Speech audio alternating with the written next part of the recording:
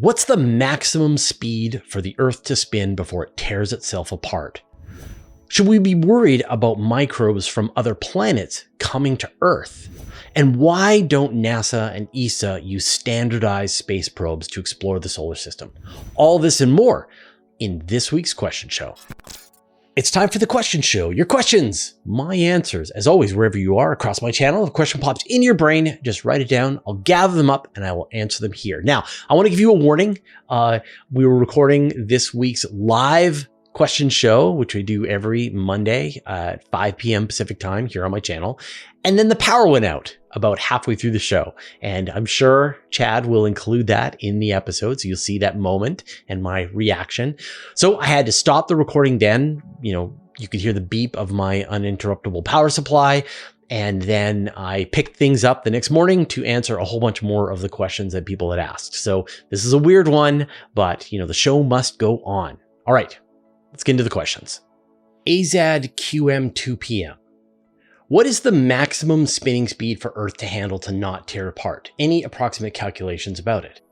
So first, I want to provide some errata for 2 weeks ago's episode. I said that the Earth spins at 1,000 kilometers per hour, and that's wrong. The Earth spins at 1,000 miles per hour. It spins at 1,600 kilometers per hour. So thank you for everybody who caught that. And it's... Even as a Canadian trained in, the metric system, I mess those up. And, not in the ways that cause a spacecraft to crash into Mars, but I do sometimes mix up the imperial system and the metric system. So I'll never make that mistake again. I'll just make new mistakes. All right. So the question that you asked was, if we know that the Earth's rotation gives you a boost to trying to get into space, how far can you take that idea? What is the limit to at which point you no longer get a boost to space because the Earth is tearing itself apart under your feet? And there is a number, which I'll give you in a second. But before we get there, I think we can kind of instinctively find our way to that number without actually doing the math. Let me give you sort of an idea of how to approach this, which is consider the orbit of the International Space Station and other satellites that are in orbit around the Earth. Another way to describe the orbit that they're in is that they are falling, right? When you think about orbits, the original thought experiment is like, imagine you took a cannon and you fired it sideways, the cannonball would fly sideways and then it would crash into the Earth. And if you shot the cannonball harder, then the ball would fly farther and then it would crash into the Earth. And if you shot it fast enough, then the cannon would go into orbit around the Earth. And that speed is about 28,000 kilometers per hour. About 7.5 kilometers per second. So that tells you that if you had stuff that was on the surface of the Earth and the surface of the Earth was turning at 28,000 kilometers per hour, then things would just start to naturally go into orbit around the Earth. That rocks would lift off the surface of the Earth and then they would go into orbit. And so the time it takes for the International Space Station to go around the Earth is about 90 minutes. And it is an altitude of about 500 kilometers. And so if you get farther away from the Earth, the time it takes for something to orbit around the Earth takes longer, but the actual orbital speed is slower. And so the amount of time it takes you to go around the Earth as you get closer to the surface of the Earth goes down. And so if you were right on the surface of the Earth, it would be about 84, 85 minutes. In other words, if the Earth turned once every 85 minutes, then the rocks, the buildings, the people standing on the surface of the Earth at the equator would essentially have gone into orbit, even though they were standing on the surface. And that's how long it takes. So if the Earth was turning, if a day on Earth was about 85 minutes, then the Earth would start to tear itself apart. And we actually see versions of this across the solar system with asteroids. So you have asteroids which are spun up through either gravitational interactions with other asteroids, or even the sort of the light pressure from the sun can cause asteroids to start to spin up faster and faster. And asteroids will get to this place where they're spinning so quickly that boulders will start to lift off the surface of the asteroid and drift around, go into orbit around the asteroid. And sometimes they'll make their way up closer to the poles of the asteroid, and then they'll start to drift back down and land again. And then material on the asteroid will kind of shift and push new material down towards the equator, and then that will lift off and you get this redistribution. So we see examples of this, and this can happen with stars, this can happen with planets, anything out there. TD Ward 23. I'm having trouble reconciling your answer to the question about how Earth's microbes might be detrimental to other environments while also hoping for return samples from other worlds. It seems dangerous for us too. So the overall topic that we're talking about here is called planetary protection. And it's a way to think about how we won't infect other worlds in the solar system with our life, but also to try and make sure that when we bring samples from other worlds back to Earth, we don't infect our planet with that life. And both need to be considered. And we spend a lot of time thinking about and sort of being worried about whether or not, if we clean off a Mars rover well enough to stop it from infecting water on Mars or, the European whales. And the reason is just because that is what's relevant, in that we have sent spacecraft to Mars. We have sent spacecraft to the Jupiter system. We've sent spacecraft to Saturn, that we are in the process of sending even more spacecraft to other places, to Titan, around the solar system. And so that is the problem. The pressing problem at hand is to say, yes, we can only clean the spacecraft so well. Some amount of bacteria that's very hardy is going to make it to the surface of Mars, is going to make it to the surface of Europa.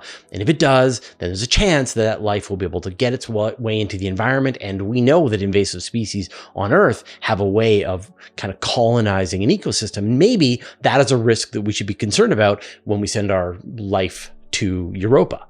But absolutely, scientists are concerned about the contamination back, that we could bring back Mars life in a sample capsule and it could be released on Earth, and maybe it could be better adapted to certain conditions on Earth and it could outcompete various life forms. Maybe, because conditions on Mars are so harsh that the life there has just been forced to just fight for survival. And when it comes to Earth, it's like a paradise and it just takes off. So these are possibilities. They're not considered that likely by researchers. And that's just because there's a lot more energy that falls on planet Earth, that life on Earth actually is the more competitive one. It's the one that you've got more life cycles going on for all the different kinds of life forms here on the planet compared to Mars, which has a lower energy density that's falling on the surface of Mars. But still, you don't want to take any risks. You don't want to just go, it'll be fine, right? And so we saw an example of what that might look like with the OSIRIS-REx mission when the sample capsules were brought back from an asteroid, which you're going to assume is inert, right? You're not going to have any life on that asteroid, although maybe you will. Is that the Andromeda strain? I don't know. Then they brought it back in a sealed capsule, and then they took the sealed capsule to a special facility and they put it into a chamber, and then they open it up inside the chamber in such a way that you're not going to get any kind of contamination from that material into the rest of the environment. Now, for the OSIRIS-REx mission, the goal was, these are pristine samples of an asteroid where you've got volatiles and other, elements and chemicals that are in those samples, and you don't want them to be contaminated by Earth gases, right? But that same system is going to be the one that will probably happen. So you can imagine in the future Mars sample return mission, the capsule comes in, there's going to be a very special way that the capsule is protecting the samples inside, that there's no way that they can get out into the environment, and they'll be brought back to a special facility, and then they will be kept under a vacuum for the entire time that they're being worked on and studied. So there's no contamination either into the samples or from the samples back out. And another idea that I've heard that I really like is that maybe that's a good use of the International Space Station, that you take these samples, you don't bring them back to the surface of planet Earth, you take them to the International Space Station, and then you have a lab there that the astronauts can examine it and try to, and make sure that they're safe before bringing those samples back down to the surface of Earth. So there's a lot of ideas, and, because it's never come up, right? Nobody's ever said, but what if we actually did get our hands on fresh samples from Mars or Europa? That part of the work hasn't been thought through, but there are people at NASA absolutely who have proposals for this, and there is policies being developed. David Guy 209. is there any sense in standardizing space probes, if for no other reason than reducing costs with mass production? I'm also wondering about sending fleets of small satellites to each planet, etc. So this question comes up quite a bit, and people think, well, here on Earth, a lot of the most successful products are the ones that are mass produced, that you get economies of scale, and from the economies of scale, then you get cheaper prices, and that allows consumers to get more phones or computers or whatever. Why can't we apply that to spacecraft so that we can produce a whole bunch of the exact same spacecraft chassis and then just put different instrument payloads on top of it, and you send it off to different systems, that the manufacturer gets really good at building these very common spacecraft chassis, and we could see costs significantly drop for sending interplanetary missions. It's a great idea, but the problem is that the number of missions that are actually being sent is incredibly low. Every few years, a mission is sent to another planet. And in those multiple years, technology continues to advance. And so you see new versions of propulsion systems, new electronics, new memory, new instruments. So that's sort of one part of the issue. The other part is that the spacecraft are designed mission first, right? And so the kind of mission that you're going to need that's going to be able to, say, dip into the atmosphere of Venus to be able to collect a sample is going to be very different from the kind of mission that's going to go into orbit around Jupiter, or the kind of mission that's going to be able to deliver a lander to the surface of Europa, or a space telescope, or whatever, right? And so all of these missions are very different. So not only do you get this kind of lag, a couple of years between interplanetary missions, but the kind of mission that is done is so different that you have to say, okay, what are the science goals of this mission? What are the instruments that are going to fulfill those science goals? And then what is the spacecraft that provides the power, the communications, the all of the other, the compute that will make that package of instruments fulfill the science that has been requested by the scientists? And that is a custom job pretty much every time. Now, NASA and other space agencies have toyed around with this idea of building a common spacecraft platform. So back in the 80s and the 90s, there was something called the multi-mission modular spacecraft. And this was this idea where you said, okay, well, let's just settle on a standardized platform where we have a known propulsion system. We have a known, computer that can handle data. We've got a communication system, and it's just the individual separate instruments on board. And so a bunch of different missions, like the Solar Maximum mission, Landsat 4, Landsat 5, the Upper Atmosphere Research Satellite, the Extreme Ultraviolet Explorer, the TOPEX Poseidon mission, those were all done with the multi-mission modular spacecraft. But that was in the 80s and the 90s, and it hasn't sort of continued on into the 2020s. So, at some point, they kind of went back to saying, okay, maybe the best thing to do, figure out our science goals, figure out the instruments that meet the science goals, figure out the spacecraft platform that provides the services to the instruments to meet the science goals. But there's some new technology that's been coming out. I guess it's been around for a while, but it's the idea of CubeSats. And so they launched a CubeSat, a 6U CubeSat mission to Mars called Mars Cube 1. And that contained 2 nano satellites, Marco A and Marco B. And that was using a CubeSat platform. And this is something that's been used in low Earth orbit. There's a ton of these CubeSats that are used for a variety of purposes, mostly like scientific projects, things like that. And it's all very standardized. And so NASA wanted to see, can we use that standardized CubeSat platform to go to another planet, to go to Mars? The answer was yes, absolutely. We're great. And so we could see future missions use CubeSats, which would be really exciting because they're relatively inexpensive. They're very small. And so you could see big cost savings if this is done with future missions. Birds adorb. Why is it so hard to go to other star systems? First, I think you need to sort of figure out, where did your expectations that going to other star systems was ever going to be easy? And I think that was science fiction, right? Star Trek, Star Wars, they all told you that you just hopped in your spaceship and you fly at light speed, and it's kind of like you're on a ship for a couple of weeks, and then you arrive at your destination.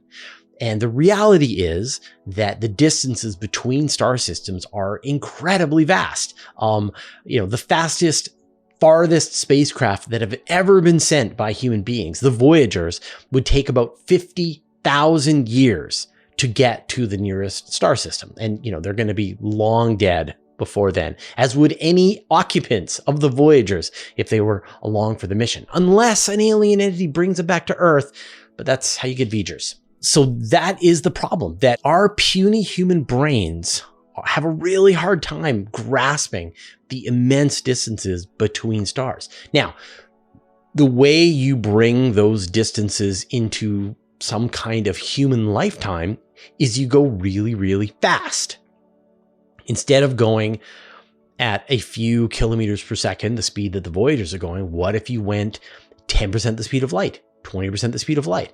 Now, we don't know of any way to go faster than the speed of light, which is what's like all science fiction uses. They just say, here is some kind of technology that allows you to go faster than the speed of light. Well, that appears to violate the laws of physics as we understand them. And so we don't know how to go faster than the speed of light. And it's entirely likely that we will never know how to go faster than the speed of light. And I know that sucks.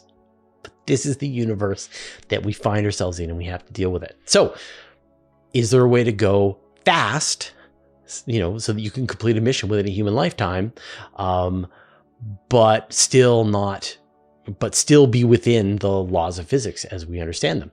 And there have been some really interesting ideas, that you could go 10% the speed of light, 20% the speed of light. And so you could complete a mission between here and, say, Proxima Centauri, which is the closest star system to the sun, within 40 years, 20 years, right? If you go 20% the speed of light, you could get there, within a couple of decades, which would be the lifetime of a researcher who is working on that mission, but still not the kind of comfortable mission for a bunch of astronauts who want to just, take a quick trip over to Proxima Centauri. And the kinds of energies involved to send a spacecraft at those high velocities are just beyond our capability. That we understand, we can do the math and say, here's how much antimatter we would need, but we don't know how to make that much antimatter. And we can say, here's how powerful a laser we would need if we wanted to send a laser sail to another star system, but we don't know how to make lasers that are that powerful. And we don't know how to make laser sail material that can handle a laser that's that powerful, and communications of the data back home. There's a million problems.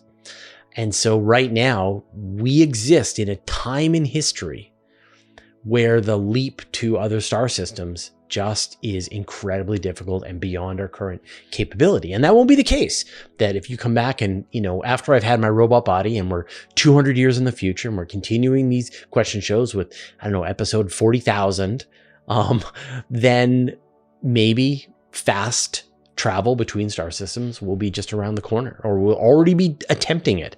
But unfortunately, we were just born in a time in history where it didn't happen and it wasn't close. That is, the future generations get to enjoy that first mission being sent to Alpha Centauri. But we get to see other stuff, right? We get to see rockets landing at their launch pad. We get to see the time when artificial intelligence, you could have a interesting conversation with a block of silicon. So, we don't get to choose which interesting technologies show up in our lifetimes, but everybody will get interesting technology showing up in their lifetimes. Blogs Fred, what happens to time dilation in an Alcubierre drive? So an Alcubierre drive, this is a theory. Speaking of not being able to travel faster than the speed of light, so one possible way to do this is that you have a warp drive, and the mathematics was developed. This is the Alcubierre drive. And so theoretically, instead of you moving a spacecraft through space at faster than the speed of light, you stretch space. You surround your spacecraft in a bubble that then allows you to compress space in front of you and then extend it behind you. And so you don't move through space. The space-time warps around you to get you to your destination. And so if this technology works and you're able to, use negative energy to be able to make this journey possible, which we don't think that's a thing, and we don't know how that would be possible. But if we did, then you would experience no time dilation, that you would pretty much, and you would pretty much flick the switch on your Alcubierre drive and you would arrive at your destination, no matter how far away it was, right? So you're here on Earth, you flick the switch, and now you are trillions of light years away in less than a second. Our Star Trek expectations of how faster than light travel would work are not helpful. It wouldn't be that you would be seeing stars passing past you. Like, it would just happen instantaneously. But it needs negative energy. We're not sure that's real. So right now, this is all just in the realm of science fiction with some interesting math. But no time dilation, which would be cool. So you would arrive at your destination and you wouldn't experience any time dilation. If you want to support the work we do at Universe Today, consider joining our Patreon club. Your support lets us have a minimum of ads and no sponsorship messages. Patrons get no ads on universetoday.com for life. Want the extra parts of the live stream that aren't in this edited version? You can sign up for a special patron-only podcast feed and get the overtime segments, as well as other special behind-the-scenes episodes, including our monthly patron-only question show. Thanks to everyone who has already subscribed, and welcome to our recent newcomers: Frank Tolstoy, Mark Cassidy, Billy Love, Eric Hall, David Matz, James Levy, Ivan Dimitrov, Chad Estes, and Alexander Reincich. Join the club at patreon.com/universe today. Astronomy 66. If the Oort cloud is touching one at Alpha Centauri, would these clouds be exchanging matter orbiting around either star? If so, are some of the most distant comets that we see looping around both stars? There's kind of like two parts to this question here. So, you're asking, are there objects that are looping around both stars? And that probably not, right? You're not going to have this stable configuration where you're going to have comets that are making this, what do you call it? Like an infinity loop around the sun and then around Alpha Centauri and then back. Like, that is not stable. When the solar system is moving in one direction and Alpha Centauri is moving in another direction, like these two star systems just happen to be close today, but in a few million years, they will be much farther apart. And it can take millions of years for comets to fall out of the Oort cloud and make their way down to the center of the solar system. But material has got to be getting exchanged from star system to star system. We saw two interstellar objects pass through the solar system. There was Oumuamua and then there was Borisov. And if you see two, that's a really interesting number, within a couple of years. That means there's a lot more. And it's believed that at any point, there are probably tens of thousands of interstellar objects passing through the solar system at any time.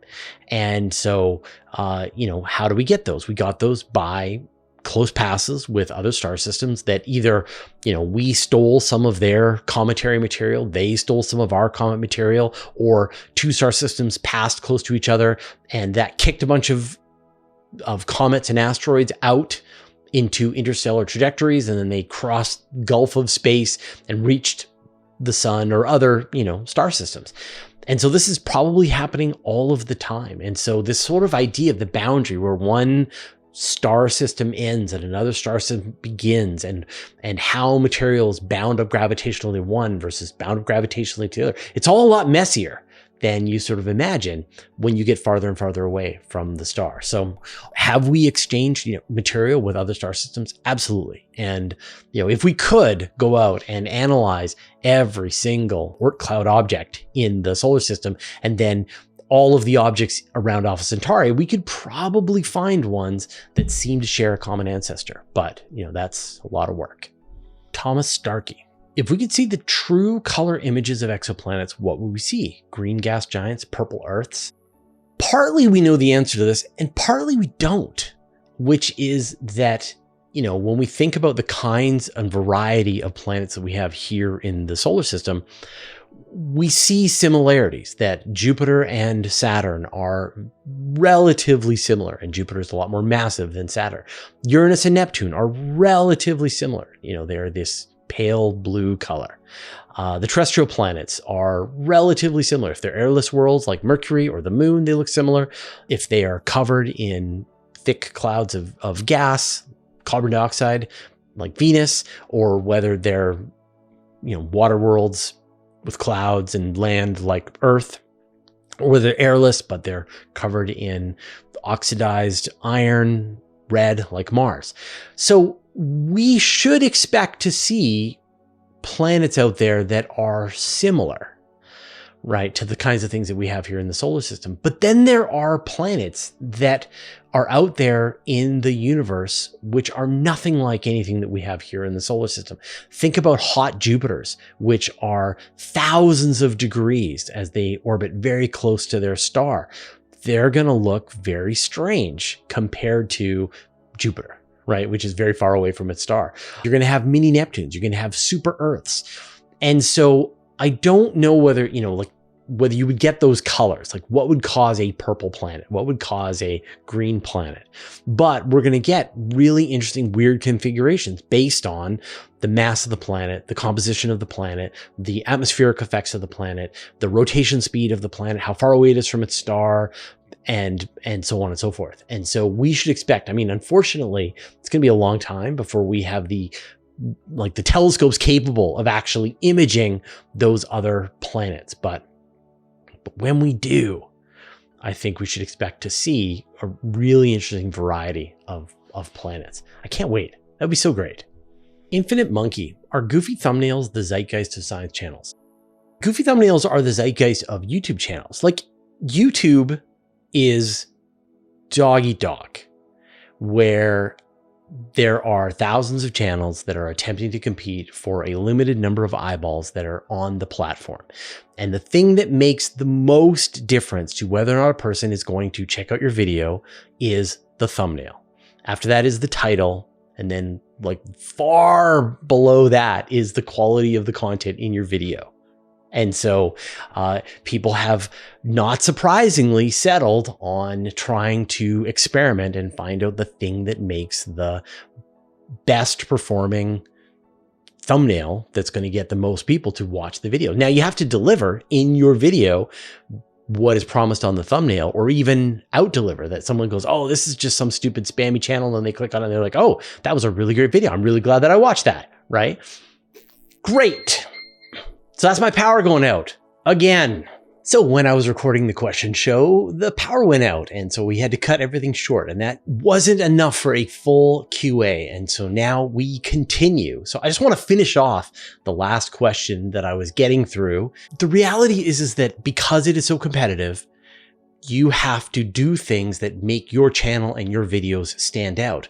Your channel is not sustainable in the long term if you don't produce high quality content that is accurate, that is entertaining, that services the needs of the audience. But at the same time, if everybody is doing that, then you have to do the kinds of things that will get more attention. And thousands and thousands of people have run lots of channels, and they see that there are certain common elements, that having human faces on thumbnails tends to make people notice them, that having some kind of unanswered question in the thumbnail that makes a person want to know more encourages people to check out the video.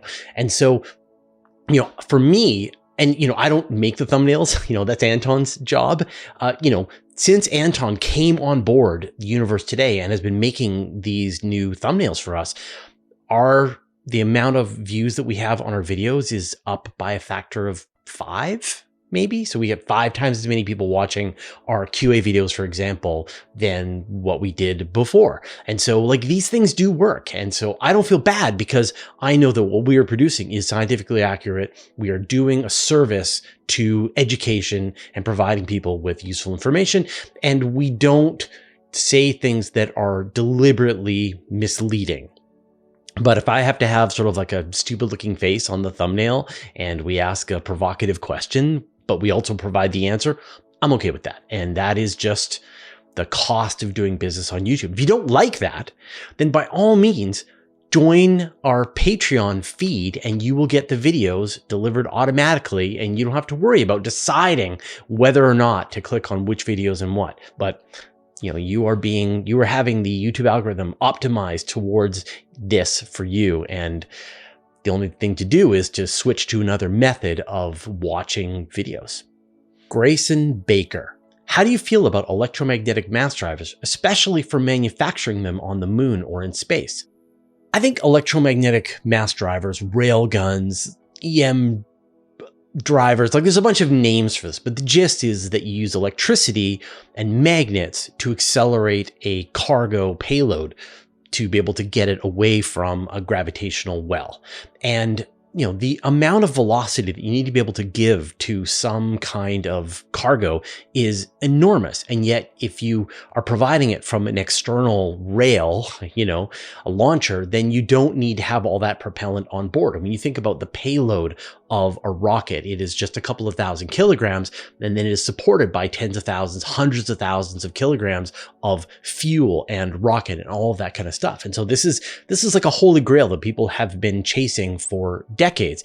And the problem is that when you run an enormous amount of electricity, when you put a lot of force through your launch system, then it causes damage to the launch system. And so you get kind of one shot at it. If you're going to try to go from 0 to 8 kilometers per second in a relatively short period of time.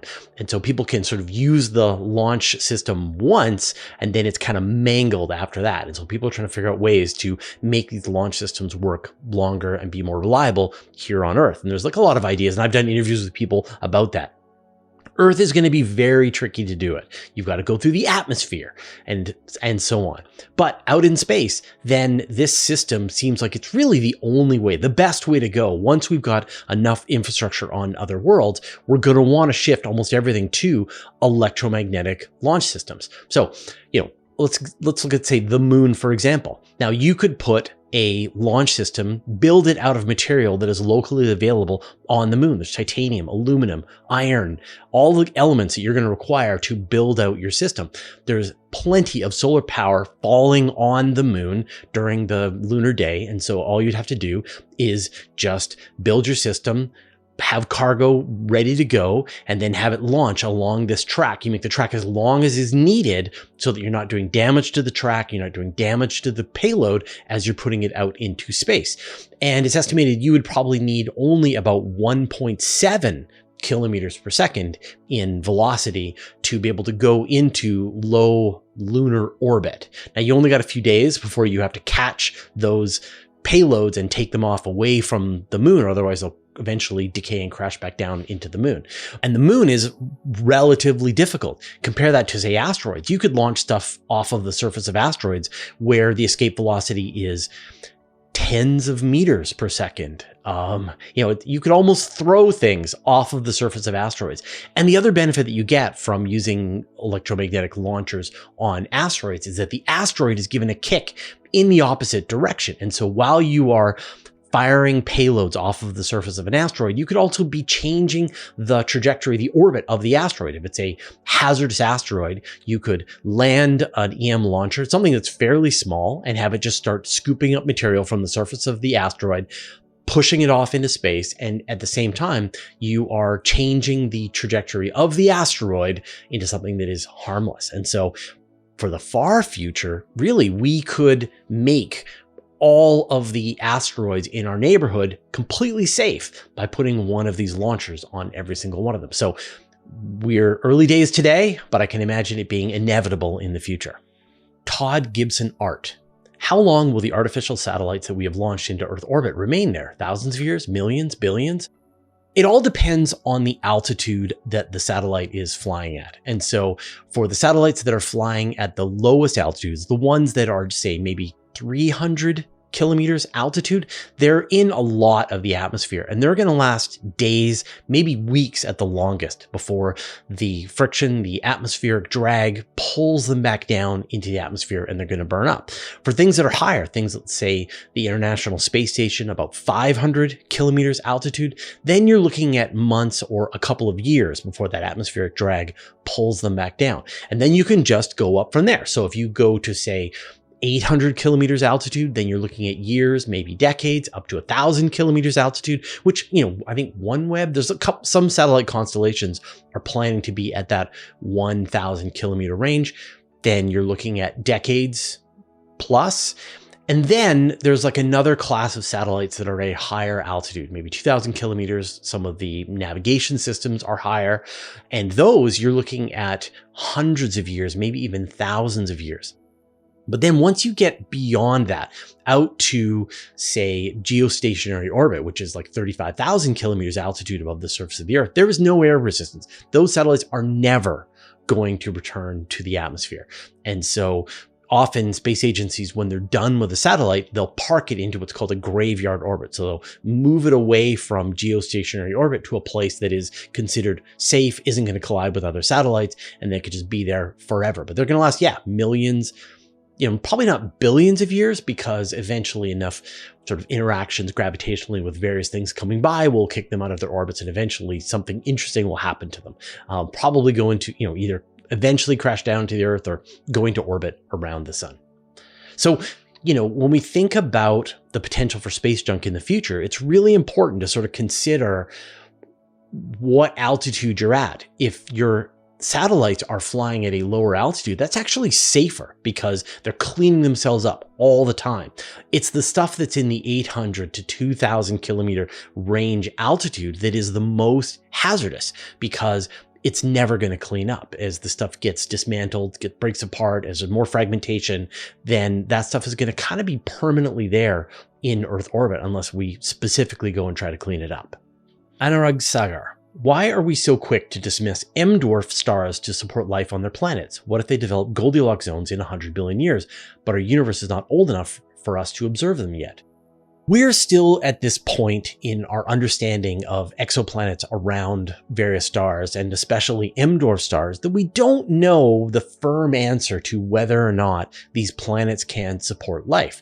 But what we do know is that M-dwarf stars, the red dwarf stars, experience a very high degree of very powerful flares early on in their history. Red dwarf stars, M-dwarfs, they are fully convective, which means they don't have these separated core, radiative zone, convective zone in the way that the sun does.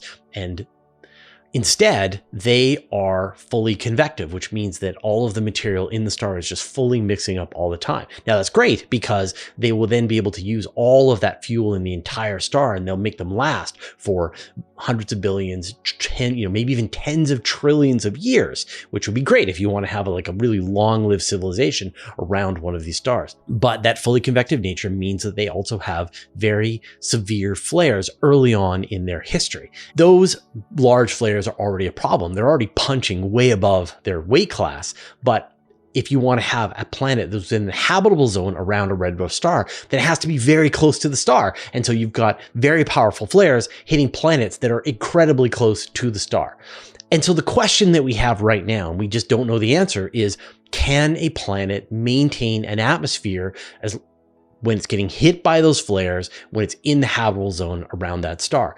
And, observations are being made with James Webb and other telescopes, and we should have an answer to that question. Or either a planet will be found with an atmosphere in the habitable zone around a red dwarf star, or we will fail to find planets with atmospheres in habitable zones around red dwarf stars. That is an answerable question. We should know the answer in a couple of years, and then we'll know from there. But what you're asking is sure, yeah, it could be a really dangerous place early on, but then over the long term, why can't life get set up and go from there? And then you've got 100 billion years or 1 trillion years or 10 trillion years. And the problem is that you've got this early phase in the evolution of a planet when it is first starting to form, that you've got the chance for volatile materials in the neighborhood, water, carbon dioxide, methane, nitrogen, all of these elements and chemicals that are needed to support life on a planet like Earth. And early on, it's believed that the planet would sort of outgas all of that, that the radiation from the star would kick it away, and then the planet would just be bone dry. And, here on Earth, because Earth has a larger gravity well, it's farther from the sun, the radiation is less intense, it was able to either hang on to some of that material, or it was able to pick up more after the fact and add it to its mass. And now we have oceans and atmospheres and all that good stuff on our surface. But maybe that critical period at the beginning of the evolution of a planet around a red dwarf star just doesn't happen.